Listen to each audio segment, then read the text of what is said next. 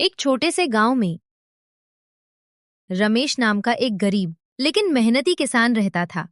उसके पास ज्यादा जमीन नहीं थी, फिर भी वो ईमानदारी से खेती करता और जो मिलता उसी में संतोष रखता। रमेश का एक दोस्त था सुरेश, जो उससे बिल्कुल उल्टा था। सुरेश जल्दी अमीर बनना चाहता था और अक्सर गलत रास्तों के बारे में सोचता रहता था। एक दिन गांव के पास के जंगल में रमेश को खेत जोतते समय जमीन में गड़ा हुआ एक सोने का घड़ा मिला।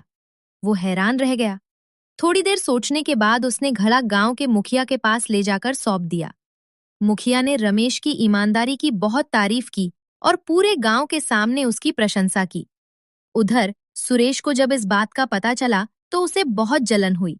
उसने सोचा, अगर ये घड़ा मुझे मिला होता तो मैं चुपचाप बेच देता। लालच में आकर सुरेश भी जंगल में खजाना ढूंढने चला गया। खुदाई करते करते उसे एक पुराना बक्सा मिला। जैसे ही उसने बक्सा खोला, उसमें से जहरीले सांप निकल आए। सुरेश डर के मारे चिल्लाने लगा। गांव वालों ने समय रहते उसे बचा लिया, लेकिन वो बुरी तरह घायल हो गया। कुछ दिनों बाद गांव के राजा को रमेश की ईमानदारी के बारे में पता चला। राजा ने रमेश को दरबार में बुलाया और इनाम स्वरूप उसे जमीन और धन दिया। रमेश की जिंदगी बदल गई, लेकिन वो अब भी विनम्र और सच्चा बना रहा। सुरेश को अपनी गलती का एहसास हुआ। उसने रमेश से माफी मांगी और वादा किया कि आगे से वो भी ईमानदारी का रास्ता अपनाएगा।